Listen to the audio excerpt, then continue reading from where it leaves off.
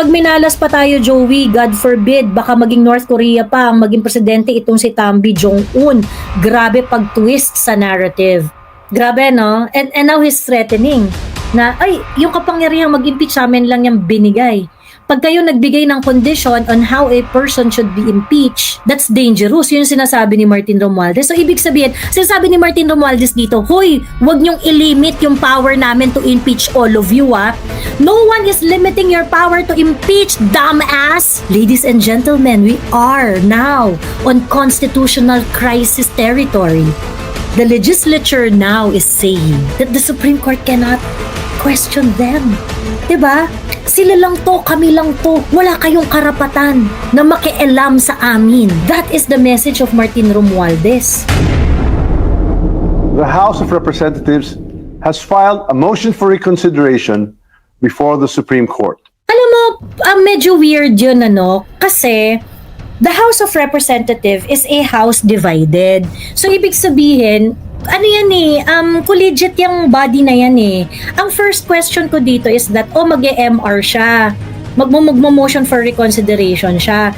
Diba, si Supreme Court, na-require niya si 19th Congress to address certain issues, diba? Yung bago pa magpalit tayo ng Congress, bago pa mag-20th Congress, I wonder, parang meron yata tayong problema dito sa locus standi. Kasi parang, is he speaking as a representative of the 19th Congress or the 20th Congress? Kasi those are two separate entity. Ang nag-file ng impeachment is the 19th Congress. So ngayon, yung 20th Congress, pinipilit nila that it is going to proceed, that it is within their power to initiate an impeachment complete. Okay, fine, sige, gawin mo yan. But in doing so, in answering, kasi ngayon 20th Congress na ngayon eh, 'di ba? Was Martin Romualdez able to get the concurrence of all the members of the House of Representatives, both ng 19th and the 20th Congress to do this action? Isn't it necessary? I mean, oo, sabihin na natin na hindi, he can act in behalf of the Congress. Pero ang daming parang kailangang puliduhin na posisyon. Kasi what's being asked is for the 19th Congress to comply na, nagawa nyo ba yung mga constitutional duties ninyo? Wala ba kayo nilabag? They are being asked of the factual antecedent of the issue and their justification why they believe they are correct. Diba? So, ngayon, since iba na yung composition iba na ang 20th Congress, ibang personality, ibang Congress ang 20th Congress. And I think now, because he is the House Speaker of the 20th Congress, is the impeachment matter already deliberated in the 20th Congress? So for him to file an MR, because he is now representing the 20th Congress, nagbotohan ba yung mga member for this specific matter? It's just it's just a question so as not to put doubt doon sa representation ni Martin Romualdez that is what the 20th Congress would like to do. So, madali lang naman yan eh. Pakita niya, nag-meeting sila, tapos meron siyang boto ng majority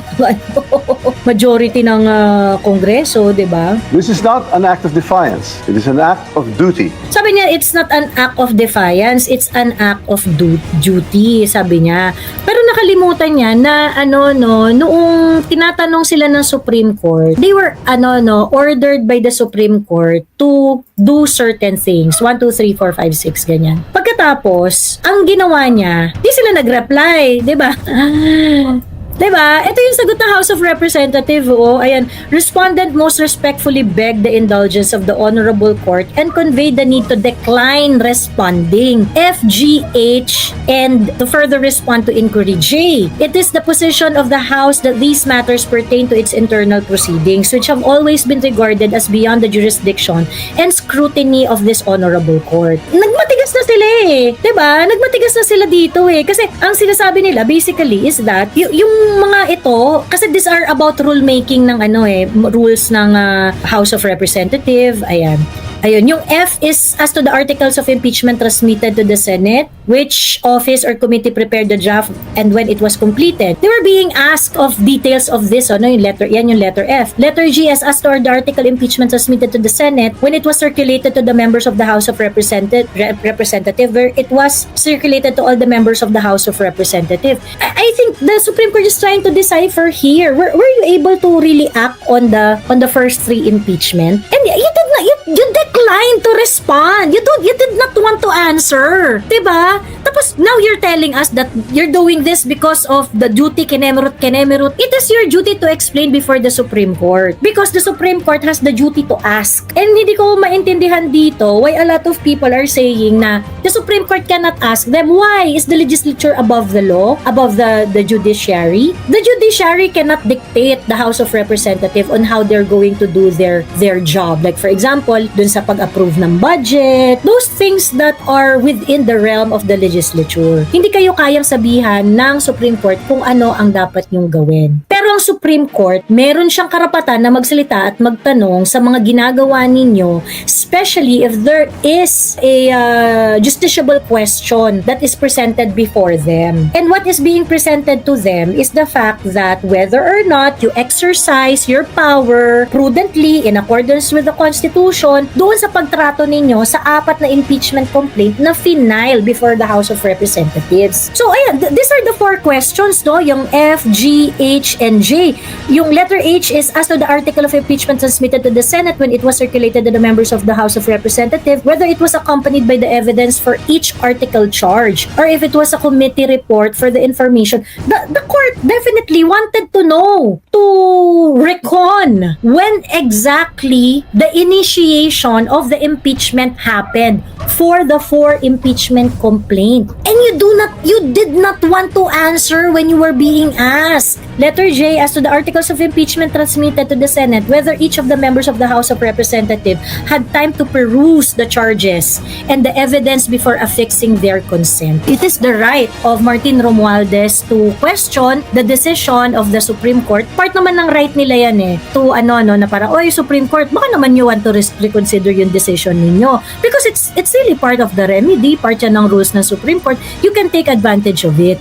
But to say that it is your duty to do this, you already failed. Nung nire-review pa lang to ng Supreme Court, you were already asked to do your duty, which is to explain F, G, H, and J doon sa order ng Supreme Court. And you did not do your duty, Martin Romualdez. So, anong problema mo? Diba? Tas ngayon, biglang bayani ka because you want to do your duty. Gago ka ba? To challenge the authority of the court, we seek only to preserve the rightful role of the House. By declining the order of the court to explain yung 4 na items na yun, no? Actually, china-challenge na nila yung china-challenge na nila yung Supreme Court. And these people, dahil nga magaling silang mambola, magaling silang magsinungaling, they are going to phrase it as if, hindi naman namin china-challenge, respectful nga kami, ganyan-ganyan. Well, in real life, if someone is going to do this sa Supreme Court, sa korte, na ay hindi, ayaw na namin mag-explain, ay hindi, ganyan. Sa totoo lang, masasabunin na yan ng Supreme Court You do not do that to us. Gagano na yung Supreme Court dyan. Tinatanong ka, ayaw mong sumagot ng Supreme Court? Masasabong ka dyan. Actually, sa totoo lang, at this point, yung Supreme Court nga parang ang ang tolerant pa nila dito kay Martin Romualdez at saka sa House of Representatives. I believe the Supreme Court is experiencing a lot of pressure. Naninimbang din sila Kasi to be told by the House of hindi kami sasagot dyan, magde-decline kaming mag-answer. That is actually disrespect already to the Supreme Court. And the audacity of people na na nagde-defend sa House of Representatives saying na hindi lahat pwedeng tanungin ng Supreme Court. Bakit? Kailan nagkaroon ng ganung limitation sa Supreme Court? Antindi nyo naman, pagdating nga sa legislative inquiry, you can ask anything under the sun, kahit nga hindi prudent, kahit nga kabobohan, kahit nga katangahan. Ang lawak-lawak ng discretion na binibigay ninyo sa mga members ng House of Representatives pagdating sa mga legislative inquiry. And that is in the exercise of the power of the legislature, of the House of Representatives and the Senate. Pagkatapos sasabihin ninyo na ang Supreme Court walang karapatang magtanong dun sa mga 4 na tanong na yon, that's just really, really weird. Sa totoo lang. And nakakawalang respeto. Ito yung sinasabi ko kasi na ang problem doon sa education natin, hindi naman kasi talaga natututo yung mga tao. Dahil yung mga tao na mataas ang pinag-aralan, they are very willing to be tool of power. Na kahit magagaling sila, iba pa dyan, Chief Justice, naging dati pang Chief Justice, but they are going to parang say na, ay hindi, kasi hindi naman lahat pwedeng tanungin ng Of course, the Supreme Court can question anything under the sun as long as there is a justiciable issue presented before them. Tangina, legislature nga pwede yung ganun eh, pagkatapos Supreme Court pa yung hindi. Sinong mas magaling magtanong, Supreme Court o mga congressman? 'Di ba? The voice of the people in the process of accountability. Kaya I wanted to go back dun sa ano yung power nito? Saan nanggagaling ang authority ni Martin Romualdez dito na voice of the people, kineme, ganyan. Was it deliberated in Congress that you're going to do this action in behalf of the 20th Congress? So who exactly are you representing here? Are you representing the 19th Congress or the 20th Congress? I would like to know exactly. Well, I think talagang part to ng distraction. Pero at the same time, it has to be talked about as well. Kaya nga, pagka kunwari may mga ganitong bagay, o pag-usapan natin yan, pero wag natin kalimutan yung mga totoong issue.